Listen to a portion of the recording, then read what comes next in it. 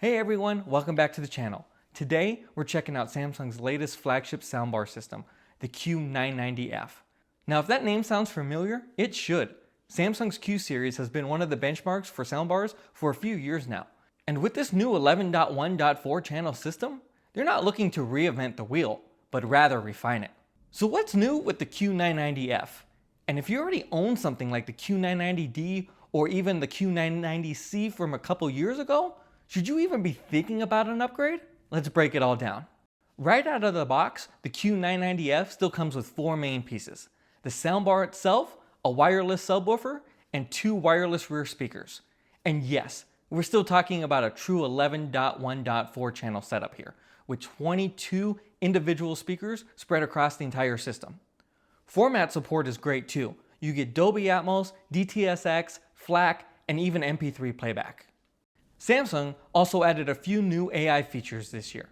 One of the biggest ones is dynamic bass control, which analyzes low frequencies in real time and fine-tunes them. There's also an updated version of Active Voice Amplifier Pro. It now reduces background noise and improves dialogue on the fly. And for folks pairing this with a 2025 Samsung TV, the latest version of Q Symphony can now link up to 3 wireless speakers and use AI to optimize placement across your entire setup.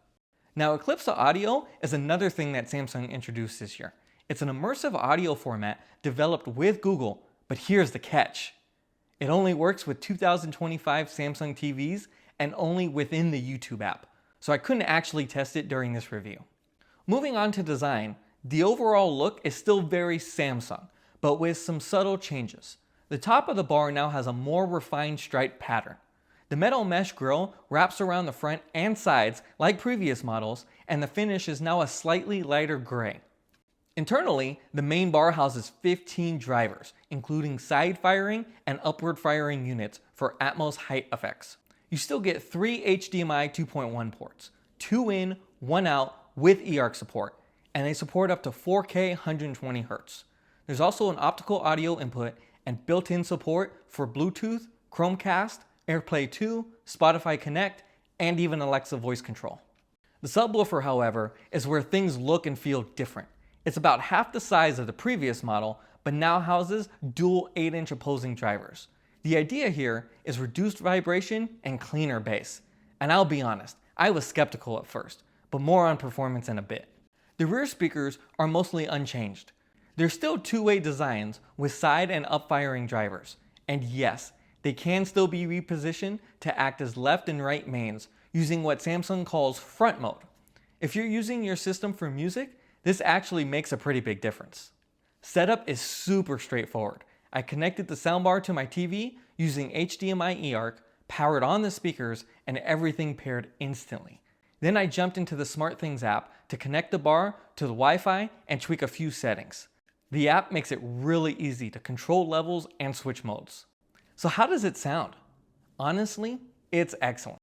Samsung didn't mess with the core tuning too much, but they've definitely improved clarity and bass performance.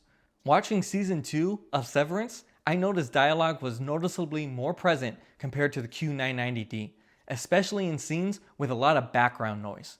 Active Voice Amplifier Pro worked well and made it easier to catch quieter lines. Bass performance also got a bump. I threw on Kraven the Hunter. I watched it so you didn't have to, and paid special attention to the final battle with the Rhino. The new subwoofer not only handled the low-end punches better, it stayed more composed when things got chaotic. Last year's Q990D sub could distort when pushed. This one didn't. It was more controlled and honestly, more fun to listen to. I also rewatched the train ambush scene from Extraction 2. Helicopter blades, ricochets, even ambient room echoes. They all had better sense of placement and depth this time around.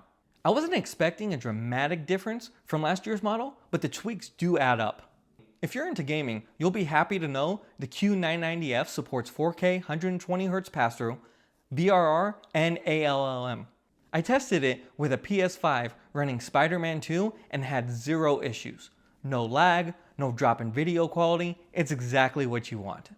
And for casual listeners, the built-in sound modes, standard, surround, game, and adaptive sound still work great.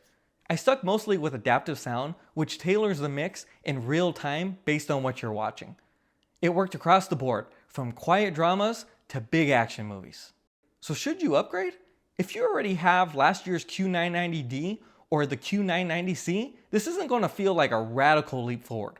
But the improved subwoofer, better dialogue clarity, and smarter AI features do make the Q990F feel more refined. And for those of you upgrading from an older model or building a new setup altogether, this is about as plug and play as Dolby Atmos gets. Priced at $1799, the Q990F is in line with previous Samsung flagships. It's not cheap, but for an all-in-one Atmos solution that includes a sub and surrounds, it's still a strong value. I'd easily recommend it to anyone looking for a soundbar system that just works and sounds great doing it. For these reasons, the Samsung Q990F earns an AVS Forum top choice for 2025. If you found this review helpful, be sure to give it a like and hit that subscribe button. Got questions or your own thoughts on the Q990F? Drop them in the comments below. I'd love to hear from you. Thanks for watching, and I'll see you in the next one.